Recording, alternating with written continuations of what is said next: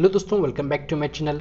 दोस्तों आज इस वीडियो में हम जानेंगे 5 इंजेक्शन के बारे में जो बहुत कॉमनली यूज़ किए जाते हैं। दोस्तों अगर आप प्रैक्टिस करने वाले हैं या प्रैक्टिस कर रहे हैं तो आपको ये इंजेक्शन के बारे में ज़रूर पता होना चाहिए, या आप ये दोनों भी नहीं कर रहे फिर भी आपको इनके बारे में पता होना चाहिए, क्योंकि इन्हें बहुत कॉमनली यूज़ किया जाता है। अगर इनके बारे में आपको पता हो तो बहुत अच्छी बात होती है।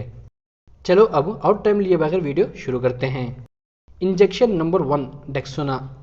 इस इंजेक्शन को बहुत कॉमनली यूज़ किया जाता है। जैसे किसी को एलर्जिक रिएक्शन होता है या कोई मेडिसिन देने के बाद रिएक्शन होता है तो इसी इंजेक्शन को ज़्यादातर दिया जाता है उन रिएक्शन को कम करने के लिए।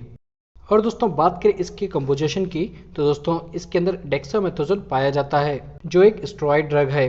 और दोस्तों इसके बाद हम बात करते हैं इसके यूजेस के बारे में। Dexona injection severe allergic reaction को कम करने के लिए यूज होता है और जॉइंट पेन को कम करने के लिए यूज होता है, लेकिन पेन को कम करने के लिए इसके साथ और एक इंजेक्शन दिया जाता है जिसका नाम डाइक्लोफेनेक है। और ये इंजेक्शन अस्थमा और कफ को कम करने के लिए यूज होता है और स्किन डिसीज को भी कम करने के लिए ये यूज होता है। Injection number 2, Neurobion forte. ये इंजेक्शन ज़्यादातर अगर किसी को कमजोरी होती है तो इंजेक्शन को आईवी में डालकर दिया जाता है उस कमजोरी को कम करने के लिए, और इस इंजेक्शन के बहुत अच्छे रिजल्ट है। और दोस्तों बात करें इसकी कंपोजिशन की तो दोस्तों ये 3 ड्रग से मिलकर बना होता है, मिकोबलामाइन, पैरिडोक्सोन हाइड्रोक्लोराइड, निकोनामाइड।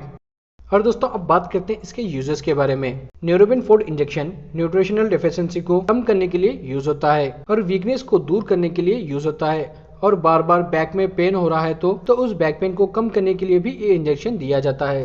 Injection number 3, मोनोसफ। दोस्तों ये इंजेक्शन बहुत दिन से फीवर है या कोई इन्फेक्शन हुआ है और वो नॉर्मल मेडिसिन लेने से कम नहीं हो रहा, तब ये इंजेक्शन दिया जाता है उसे कम करने के लिए। और दोस्तों बात करें इसके कंपोजिशन की तो दोस्तों इसके अंदर सेफ्ट्रॉक्सन पाया जाता है। दोस्तों अब बात करते हैं इसके यूजेस के बारे में। दोस्तों मोनोसफ इंजेक्शन मेनिंजाइटिस डिसीज को कम करने के लिए यूज होता है और लंग्स इन्फेक्शन को कम करने के लिए यूज होता है और निमोनिया को कम करने के लिए यूज होता है और टाइफाइड फीवर को कम करने के लिए यूज होता है और ईयर इन्फेक्शन को कम करने के लिए यूज होता है और स्किन इन्फेक्शन को कम करने के लिए यूज होता है और सॉफ्ट टिश्यू इन्फेक्शन को कम करने के लिए यूज होता है और यूरिनरी ट्रैक्ट इन्फेक्शन को कम करने के लिए यूज होता है और बोन और जॉइंट पेन को कम करने के लिए ये यूज होता है।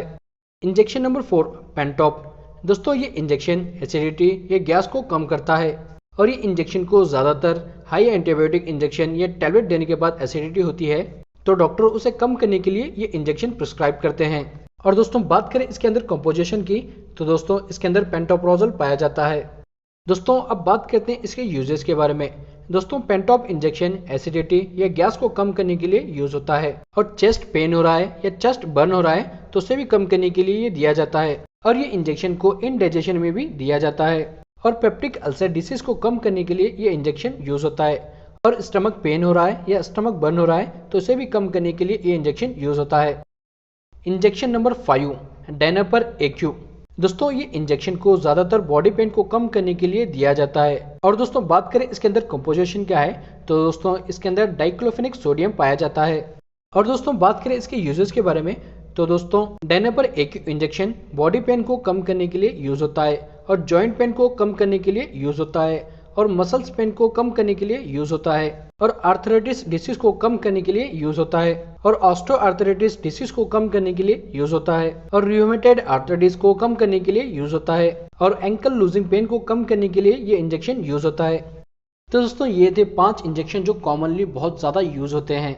आई होप आपको इन इंजेक्शन के बारे में जनरल नॉलेज मिली होगी और वीडियो अच्छा लगा होगा। दोस्तों वीडियो अच्छा लगा तो वीडियो को लाइक करें और ऐसे ही वीडियो देखने के लिए मेरे चैनल को सब्सक्राइब करें।